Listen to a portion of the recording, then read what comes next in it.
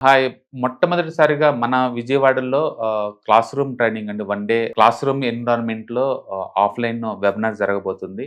And interest ఉన్న participants ఈ కింద స్క్రోల్ అవుతున్న నంబర్‌కి రింగ్ చేసుకొని సీట్ బుక్ చేసుకోండి. దీంట్లో ETFs, index funds and mutual funds మీద completely and hand holding experience మీకు ప్రొవైడ్ చేయబడుతుంది.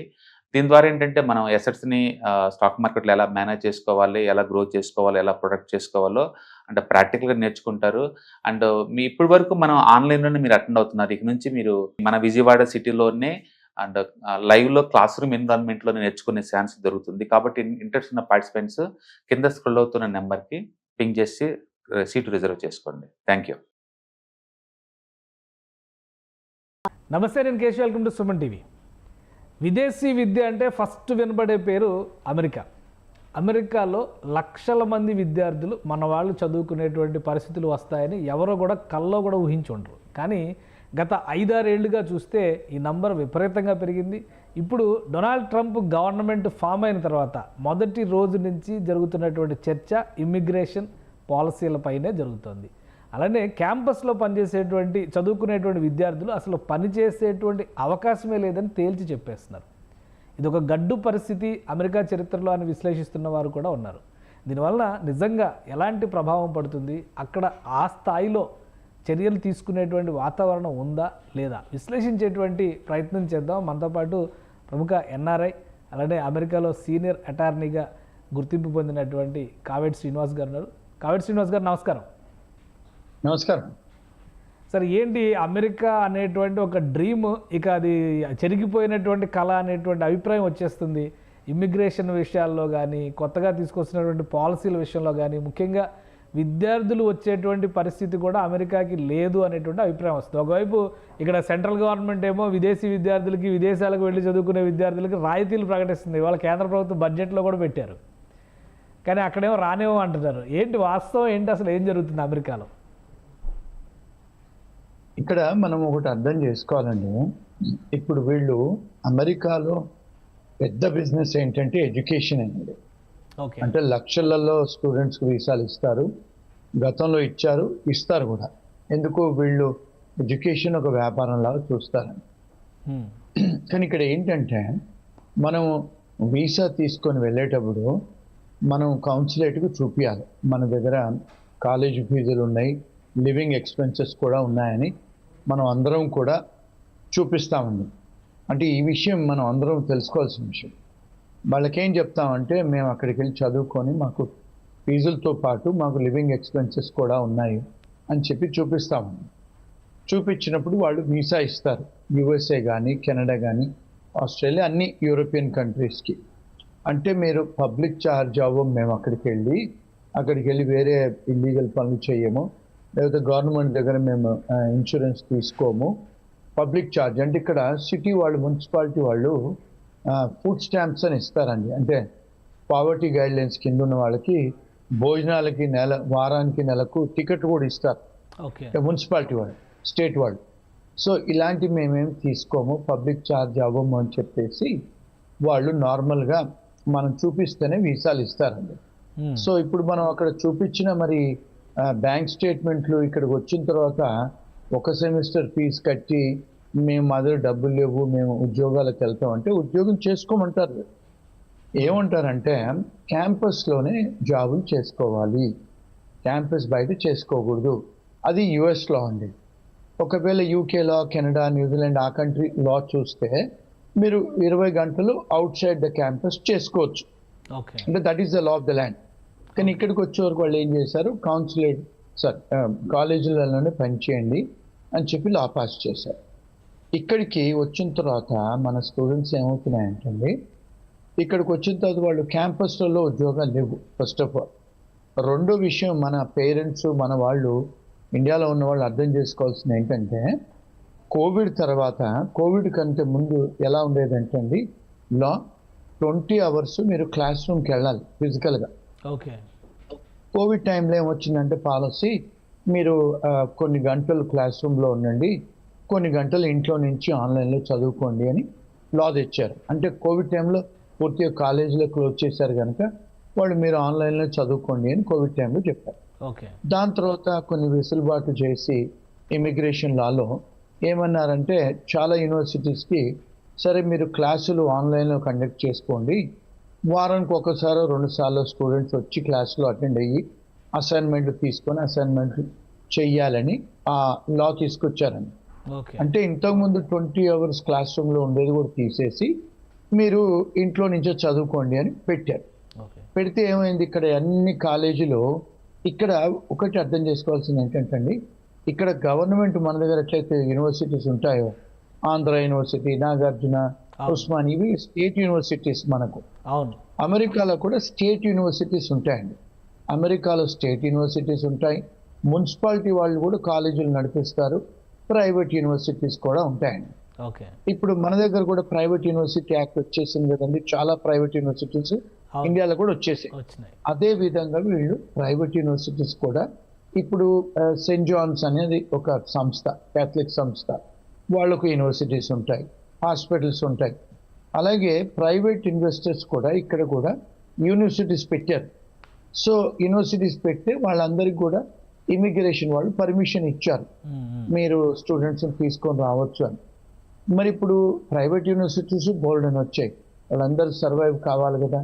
సరే ఇప్పుడు అందరూ ఆన్లైన్లో క్లాసులు చదువుకోండి అని చెప్పారు. సో వీళ్ళు ఇప్పుడు ఫర్ ఎగ్జాంపుల్ న్యూయార్క్లో కాలేజ్ ఉంటే స్టూడెంట్ ఎక్కడో కాలిఫోర్నియాలో ఉంటారు. మరి మనం హైదరాబాద్లో కాలేజ్ ఉంటే మనం కాశ్మీర్లో ఉండి చదువుకోవచ్చా? హైదరాబాద్లోనే ఉండాలి కదా. మరి మన వాళ్ళు ఉండరు అలాగా, ఎక్కడెక్కడో ఉండి గ్యాస్ స్టేషన్లలో, రెస్టారెంట్లో పనిచేస్తుంటారు. సో ఇక్కడ అంటే ఇక్కడ లోకల్ అమెరికన్స్ వాళ్ళ భావం, వాళ్ళ ఫీలింగ్స్ ఏమొచ్చాయంటే, ఈ స్టూడెంట్స్ వచ్చారు, వచ్చి ఇక్కడ నార్మల్గా ప్రివేలింగ్ వేజ్ గంటకు $15,000 అండి. ఇప్పుడు మన దగ్గర కూడా ఇండియాలో కూడా prevailing wage act, minimum wage act అనేది మన దగ్గర ఉంది లేబర్ లాస్లో. వీళ్ళకు కూడా ప్రతి సంవత్సరం వాళ్ళు పెంచుతారు. ఈ సంవత్సరం లేబర్ డిపార్ట్మెంట్ ఏముంది, ఫెడరల్ లేబర్ అంటే $15 గంటకని. సో వాళ్ళు ఎవరు పని చేసినా 15 ఇవ్వాలి. సో మన వాళ్ళు ఏం చేస్తున్నారు అంటే స్టూడెంట్స్ వచ్చి వాళ్ళు అనుకునేది ఈ రెస్టారెంట్లలో, గ్యాస్ స్టేషన్లలో వీళ్ళు కాలేజీలో చదువుకోవాల్సింది పోయి కాలేజీలలో జాబులు చేయాల్సింది పోయి బయట చేస్తున్నారు, ఈ ఉద్యోగాలు మాకు వచ్చే ఉద్యోగాలు పోతున్నాయి అనేది ఒక మూమెంట్, ఒక ఫీలింగ్ అనేది వచ్చింది, లోకల్ ఫీలింగ్. ఇప్పుడు ఎలాగైతే మన కేసీఆర్ గారు తెలంగాణ తీసుకురావడానికి ఆంధ్ర వాళ్ళు పోవాలి, ఆంధ్ర వాళ్ళు ఇది చేశారని ఎలాంటి నినాదం తెచ్చి పొలిటికల్గా సెంటిమెంట్ లేబట్టేసి చేసుకున్నాడు తెలంగాణని టీఆర్ఎస్ పార్టీ వాళ్ళు, అదే విధంగా ఇప్పుడు ట్రంప్ గారు కూడా మనకు Americans first, America manufacturing first అని ఒక నినాదంతో తీసుకొచ్చి రాజకీయాల్లో గెలిచారు. ఇప్పుడు థంపింగ్ మెజారిటీతో గెలిచారు వాళ్ళు. 2 హౌజ్లలో వాళ్ళ మెజారిటీ ఉందండి. సో ఇప్పుడు మరి అమెరికన్స్ కోసం తెచ్చాడు కదా, మన అమెరికన్స్కు ముందు జాబులు రావాలి అని. సో దానివల్ల ఏం చేశాడంటే అదొక రీజన్. రెండోది ఏమైందంటే ట్రంప్ గారు మొదటిసారి ఉన్నప్పుడు తను కొన్ని మార్పులు చేశారు, కానీ తన టర్మ్ అయిపోయిన తర్వాత మళ్ళీ బైడెన్ గారు వచ్చిన తర్వాత ఈ గేట్లన్నీ ఓపెన్ చేశారండి. తను ఉన్నప్పుడు ఏం చేశారంటే ఇప్పుడు ఈ మెక్సికో నుంచి, సౌత్ అమెరికా నుంచి చాలామంది బార్డర్ క్రాస్ చేసి వస్తారు. వాళ్ళందరినీ కూడా తను ఉన్నప్పుడు అరెస్ట్ చేయించాడు. ఆ చిన్నపిల్లలతో వస్తే కూడా చిన్నపిల్లల్ని సపరేట్ చేసి, తల్లిదండ్రులను సపరేట్ చేసి చాలామంది తల్లిదండ్రులను ఆయన పంపించేశాడు, అంటే పిల్లల్ని ఇక్కడ నుంచి. సో అది చాలా పెద్ద క్రిటిసిజం అయింది. అంటే అది ఒక రకంగా ఇల్లీగల్ ఇమిగ్రేషన్ కిందకి వస్తుంది కాబట్టి మనకు ఆ ప్రాబ్లం ఉండకపోవచ్చు కదా. మన వాళ్ళు కూడా అట్లా ఇల్లీగల్గా వచ్చిన వాళ్ళు ఎవరైనా ఉంటారా? ఉన్నారండి. ఇప్పుడు ఇక్కడ ఏమైందంటే అండి, ఇప్పుడు చాలామంది స్టూడెంట్స్ కెనడాకు వెళ్ళారండి చదువుకోవడానికి వెళ్ళిన వాళ్ళు చదువుకోకుండా 8 లక్షల మంది ఇండియన్ స్టూడెంట్స్ అమెరికా బార్డర్ దాటి అమెరికాకు వచ్చేసారు. ఎట్లయితే మెక్సికన్స్ వచ్చారో మన వాళ్ళు కూడా కెనడా నుంచి బోర్డంత మంది స్టూడెంట్స్ అమెరికాకు వచ్చారు. అందులో పంజాబీ వాళ్ళు ఉన్నారు, గుజరాతీ వాళ్ళు ఉన్నారు, తెలుగు వాళ్ళు కూడా ఉన్నారు. సో మరి ఈ విషయం ఏ మీడియా వాళ్ళు కవర్ చేయరు. ఇక్కడ పేరెంట్స్ ఏం చేస్తారు, మన స్టూడెంట్స్ అన్ని అరెస్ట్ చేసి పంపించేస్తున్నారు. కానీ ఇంతవరకు మన స్టూడెంట్స్ని ఎక్కడికి వెళ్ళి వాళ్లకు హత్కడీలేసి కాళ్లకు బీడీలేసి వాళ్ళని మిలిటరీ విమానాల్లో పంపించిన దాఖలాలు ఇవ్వండి. కానీ మీడియాలో 8 లక్షల మంది బార్డర్ దాటేంత బలహీనంగా అమెరికన్ సెక్యూరిటీ సిస్టమ్ ఉందా? ఎందుకంటే ప్రపంచంలో బెస్ట్ అని చెప్పని అంటారు కదా. 8 లక్షల మంది ఇల్లీగల్గా వాళ్ళ కళ్ళు కప్పి ఆ దేశంలో చొరబడేటువంటి పరిస్థితులు ఉన్నాయా? కళ్ళు కప్పి రాలేదండి, వాళ్ళు బార్డర్స్ ఓపెన్ చేశారు. ఓకే, అంటే బైడెన్ గారు ఏం చేశారంటే బార్డర్ ఆయన హయాంలో ఓపెన్ చేశాడు. అక్కడే ఓపెన్ చేసి ఎంత ఓపెన్గా చేశారంటే ఎవరైతే ఆ కంట్రీ లోపలికి బార్డర్ దాడి లోపలికి వస్తారో వాళ్లకు భోజనాలు పెట్టారు, వాళ్లకు విమానాలు ఇచ్చి న్యూయార్క్ సిటీ లాంటి సిటీలకు పంపించారు, కాలిఫోర్నియా షికాగోలకు అన్ని శాంక్చురీ సిటీస్కు పంపించారు. పంపిస్తే ఇప్పుడు వాళ్ళకి ఇక్కడ న్యూయార్క్ లాంటి సిటీలలో, షికాగోలో, కాలిఫోర్నియాలో 5 స్టార్ హోటల్ అకామిడేషన్ ఇచ్చి పెట్టారండి. వాళ్ళకి పెద్ద పెద్ద హోటళ్లలో వాళ్ళని పెట్టారు. పెట్టి వాళ్ళకు భోజనాలు ఇచ్చి, ఫుడ్ స్టాంప్స్ ఇచ్చి, లీగల్గా వాళ్ళకి ఏదైతే సలహాలు చేయాలో, వాళ్ళకు అసైలం అప్లికేషన్ పెట్టాలో అన్నీ చేశారు ఆయన బైడెన్ గారి అడ్మినిస్ట్రేషన్లో. అంటే ఓపెన్ బార్డర్ పాలసీ అని పెట్టారు. దానివల్ల ఇక్కడ ఏమైందంటే మన వాళ్ళు క్రిమినల్స్ కాదండి, కాకపోతే ఇప్పుడు ఈ సౌత్ అమెరికా నుంచి డ్రగ్ కార్టల్స్ ఉంటాయి. ఇప్పుడు కొలంబియా కానీ, వెనజువేలా కానీ, ఇక్కడ ఉన్న పక్క ఈక్వెడోర్ దేశాలలో చాలా మంది క్రిమినల్స్ అక్కడ క్రైమ్ జరిగితే వాళ్ళందరూ కాన్విక్ట్స్ ఏం చేశారు, బార్డర్ క్రాస్ చేసి ఇక్కడికి వచ్చారండి. వాళ్ళతో పాటు భార్య పిల్లలందరూ వచ్చారు. వచ్చి ఇప్పుడు ఇక్కడ లక్షల మంది వాళ్ళు ఉన్నారు ఇక్కడ. అంటే సౌత్ అమెరికన్స్, స్పానిష్ వాళ్ళ మీద వారెంట్స్ అయ్యి, కేసులు అయ్యి, ఇక్కడ డిపోటేషన్ ఆర్డర్ అయిన వాళ్ళు వీళ్ళని తీసుకుపోయి బయటపడేసేది లేదు. ఎప్పుడైతే ఒబామా గారు ఉన్నారో అప్పుడు చాలా మందిని డిపోర్ట్ చేశారు. ఈయనప్పుడు డిపోటేషన్ తగ్గిపోయింది. వాళ్ళందరినీ పట్టుకొని పంపిస్తున్నారు ఫస్ట్ తన పాలసీ. సో అంటే ఇక్కడ ఎక్కువగా మన వాళ్ళు ఆందోళన చెందుతుంది ఏంటంటే ఇక మీదట అమెరికా రావాలన్న విద్యార్థులు ముఖ్యంగా, మిగతా వాళ్ళందరినీ పక్కన పెడితే మేజర్ ప్రాబ్లం ఏంటంటే ఎడ్యుకేషన్ కోసం అమెరికా రావాలంటే ఇక అది చాలా కష్టమైనటువంటిది, అమెరికా వెళ్ళకపోవడమే బెటర్, అక్కడికి వెళ్తే చాలా కష్టాలు పడే పరిస్థితి ఉంది అనేటువంటి అభిప్రాయాలు వస్తున్నాయి. నిజంగా అటువంటి ప్రాబ్లమ్స్ ఉన్నాయా, లేదా ఇలా కేవలం ఇల్లీగల్గా వచ్చిన వాళ్ళు పడుతున్నటువంటి ఇబ్బందులే ఎక్కువ మీడియాలో ప్రొజెక్ట్ అవుతున్నాయా? ఇప్పుడు ఇక్కడ 2 prong టెస్ట్ అండి. ఇప్పుడు ఫస్ట్ అమెరికా రావాలనుకుంటే వాళ్ళు స్టూడెంట్ వీసాలు ఇస్తారు. కాకపోతే ట్రంప్ గారు వచ్చిన తర్వాత కొంత ఎన్ఫోర్స్మెంట్ బాగా గట్టిగా జరుగుతుంది. అంటే ఏంటి, ఇప్పుడు ఫర్ ఎగ్జాంపుల్ మనం దొంగ బ్యాంక్ సర్టిఫికేట్లు పట్టుకొని వెళ్తాము, దొంగ కాలేజ్ డిగ్రీలు పట్టుకొని వెళ్తాము, లేకపోతే మీ దగ్గర డబ్బు ఉండదు బ్యాంక్ అకౌంట్లో, మీరు ఇక్కడ యూఎస్కి వస్తారు, బార్డర్లో మిమ్మల్ని చెక్ చేస్తారు. కొన్నిసార్లు మన వాళ్ళు అక్కడ వీసా రాగానే ఇక్కడ ఫ్రెండ్స్ దగ్గర నాకు ఉద్యోగం చూడు బాబాయ్ అన్నయ్య అని చెప్పి టెక్స్ట్ మెసేజ్లు పెడతారు, ఈ ఫేస్బుక్లలోకి వెళ్ళి గెలుపుతారు. ఇవన్నీ కూడా మన ఫోన్లలో ఉంటాయండి. వాళ్ళు బార్డర్లో వచ్చినప్పుడు ఇవన్నీ చెక్ చేస్తున్నారు. అంటే H1 వీసా వాళ్ళనే కానీ, లేకపోతే స్టూడెంట్ వీసాలే కానీ, ఈవెన్ విజిటర్ వీసాలను కూడా చెక్ చేస్తున్నారు. ఎందుకు, తన బైడెన్ అడ్మినిస్ట్రేషన్లో టాప్ లెవెల్ ఎన్ఫోర్స్మెంట్ చెయ్యాలని తను ఎగ్జిక్యూటివ్ ఆర్డర్స్ సంతకాలు పెట్టారు. మరి రాజు ఏం చెప్తే ప్రజలు అదే చేయాలి కదండి. సో వాళ్ళు సీరియస్గా ఎన్ఫోర్స్ చేస్తున్నారు. ఆ ఎన్ఫోర్స్మెంట్లో ఎవరైతే ఇల్లీగల్గా వచ్చి ఇల్లీగల్ పనులు చేయాలో, లేకపోతే ఇక్కడికి వచ్చి కాలేజీ కాదు మేము ఉద్యోగం చేయడానికి వస్తాం అనుకున్న వాళ్ళకి డెఫినెట్గా ఇబ్బందులు ఎదుర్కొంటున్నారు. సో అది కాకుండా లీగల్గా వచ్చే వాళ్ళకు డెఫినెట్గా అమెరికాకు పెద్ద బిజినెస్ ఎడ్యుకేషనే కనుక ఎవరైతే నిజంగా చదువుకొని వాళ్ళు ఇక్కడ చదువుకొని సిపిటీలు, ఓపీటీలు ఉద్యోగాలు చెయ్యాలి లీగల్గా అనుకున్న వాళ్ళకి ఇబ్బందులు ఉండవండి. అంటే మీరు you have to follow the law ఒకటండి. ఇప్పుడు ఈ H1B వాళ్ళు కూడా కొంతమంది డిపోర్ట్ అవుతున్నారు. ఇది చాలా మందికి, మన పేరెంట్స్కు, మన ఫ్యామిలీకి, మీడియా వాళ్ళకు తెలియని విషయం ఏమిటి అంటే ఇక్కడ 87% ఐటీ కంపెనీలు మన తెలుగు వాళ్ళు, మన ఇండియన్సే రన్ చేస్తారండి అమెరికా మొత్తంలో. ఇప్పుడు మీరు చూసుకుంటే గూగుల్ CEO ఇండియనే, మైక్రోసాఫ్ట్ CEO ఇండియనే. మరి వీళ్ళను మరి ఎందుకు చేస్తారండి? పెప్సీ ఇలాంటి పెద్ద పెద్ద కంపెనీస్కి CEOలు ఎందుకు చేస్తారు చెప్పండి ఇండియన్స్ని? అంటే మన మీద రెస్పెక్ట్ ఉండే కదా. ఇప్పుడు చూడండి, వైస్ ప్రెసిడెంట్ భార్య కూడా ఇండియనే. ఇప్పుడు మళ్ళీ FBI డైరెక్టర్ కూడా ఇండియన్నే పెడతా అంటున్నాడు ఆయన, ఏది కీష్ పటేల్ని. మరి ఆయన ఇండియనే కదా, గుజరాతీ అతను. ఇప్పుడు తులసిని, ఆమెను వేరే ఒక గవర్నమెంట్ డిపార్ట్మెంట్కు కన్ఫర్మేషన్ అవుతుంది. మరి భారతదేశస్తులకు ఇంత ఇంపార్టెన్స్ ఇచ్చి ఆయన మినిస్ట్రీలోనే ఆయన విసులుబాటు చేస్తే ఇప్పుడు ఆయన రామన్ ఉన్నారు ఆయన వాళ్ళందరికీ కూడా ఇంపార్టెంట్ పొజిషన్స్ ఇచ్చి మరి మనకు వాళ్ళకి ఇచ్చి ఇంత పెద్ద పెద్ద కంపెనీకు సీఈఓలుగా చేస్తున్నారే తెల్లవాళ్ళని కాకుండా మన వాళ్ళ మీద రెస్పెక్ట్, మన వాళ్ళ మీద క్యాలిబరు, మన నాలెడ్జ్ ఉందనే కదా చేస్తున్నారు. మరి 87% ఐటీ కంపెనీస్ నడిపించే వాళ్ళు మొత్తం ఒక్కొక్క ఐటీ ప్రోగ్రామరు 1.5 కోటి సంపాదిస్తున్నారు కదండి H1B వచ్చిన వాళ్ళు. మరి 87% మన వాళ్ళే ఉన్నారు ఈ దేశంలో. మరి ఒకవేళ మన మీద వాళ్ళు చూపించేదంటే ఉక్కుపాదము, మనకి ఎందుకు ఆపర్చునిటీ ఇస్తారు చెప్పండి? డాక్టర్స్ ఉన్నారు, ఐటీ కంపెనీ ఓనర్స్ ఉన్నారు, అకౌంటింగ్ ఫర్మ్స్ వస్తున్నాయి, ఇప్పుడు ఈవెన్ నర్సెస్ కూడా వస్తున్నారు మన వాళ్ళు, ఈవెన్ హోటళ్లలో కూడా పనిచేసే వాళ్ళు జీవన్ మీద వస్తున్నారు, అందరూ వస్తున్నారు. అంటే లీగల్ గా వచ్చి పని చేసుకునే వాళ్ళకు అంత బానే ఉంది. కానీ ఎక్కడైతే శ్రీనివాస్ గారు మీరు ఏం సలహా ఇస్తారు ఇప్పుడు అమెరికా రావాలనుకుంటున్నటువంటి స్టూడెంట్స్కి, ప్లస్ అమెరికాలో ఉండి ఇబ్బంది పడుతున్నాం అనుకునేటువంటి వాళ్ళకి ఇచ్చేటువంటి సొల్యూషన్ కానీ సలహా కానీ పరిష్కార మార్గాలు కానీ ఏంటి? లీగల్గా రావాలండి, చదువుకోవడానికి రావాలి, ఫీజులు కట్టడానికి పరిస్థితి ఉంచుకోవాలి, కాలేజీలలో జాబులు ఎత్తుక్కోవాలి.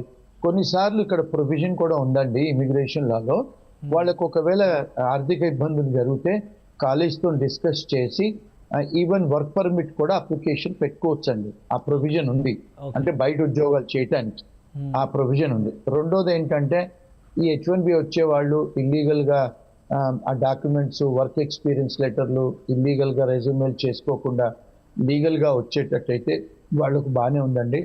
మూడోది ఏంటంటే ఇక్కడ డెఫినెట్గా అమెరికా పెద్ద దేశము, education best in the world, even IT కూడా best in the world, medicine కూడా బెస్ట్, అన్ని ఈ డెఫినెట్గా వాళ్ళు లీగల్గా చేసుకున్నారంటే రావచ్చు, వచ్చి జాగ్రత్తగా చేసుకోవచ్చండి.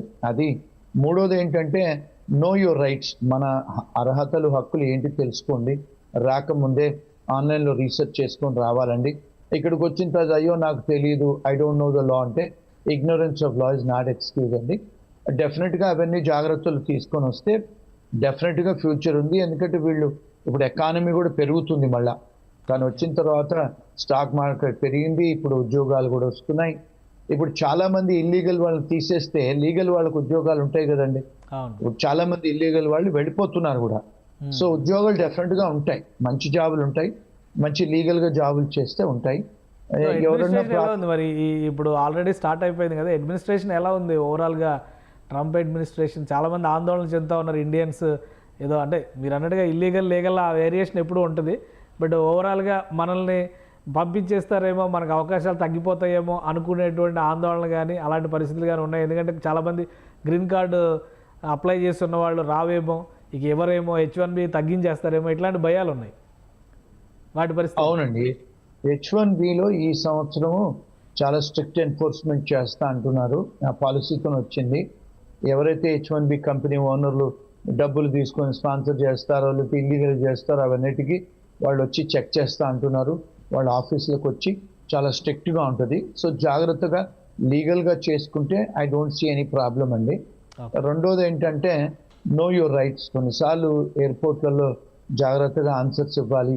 వచ్చిన తర్వాత కూడా వాళ్ళు వచ్చి ఒకవేళ ఇమిగ్రేషన్ వాళ్ళు వచ్చి స్టూడెంట్స్ను పట్టుకునే పరిస్థితులు ఉంటే వాళ్ళు రైట్ టు రిమైన్ సైలెంట్ ఉంది, ఇమిగ్రేషన్ విషయాలు చెప్పే అవసరం లేదు. ఆ ఇమిగ్రేషన్ వాళ్ళకి మంచి లాయర్లను సంప్రదించాలి, తెలుసుకోవాలండి. అంటే if they are by the law డెఫినెట్గా ఇప్పుడు చాలాసార్లు మన స్టూడెంట్స్ ఏంటంటే డ్రింక్ అండ్ డ్రైవింగ్ చేసుకుంటూ పట్టుపడతారు. మరి అలాంటప్పుడు ఇబ్బందులు అవుతాయి. వాళ్ళు మొన్న ఒక క్లయింట్ ఫోన్ చేసి డ్రింక్ అండ్ డ్రైవ్ చేస్తున్నాడు, పోలీసు ఆపాడు. ఆపితే వాడు ఈవెన్ ఇమిగ్రేషన్ స్టేటస్ అడిగాడు, స్టూడెంట్ వీసా అంటే వాడు ఎక్కడో ఇంకొక క్లయింట్ ఒక గ్యాస్ స్టేషన్లో పనిచేస్తున్నాడు, వచ్చి వాళ్ళు లిక్కర్ అమ్మితే పట్టుకున్నారు. అడిగారు నీకు రైట్ టు వర్క్ ఉందా అంటే లేదంటే వాడు ఈవెన్ ఆ టికెట్లోనే రాశాడు నో వర్క్ పర్మిట్ ఉందని, నో వర్క్ పర్మిట్ అని.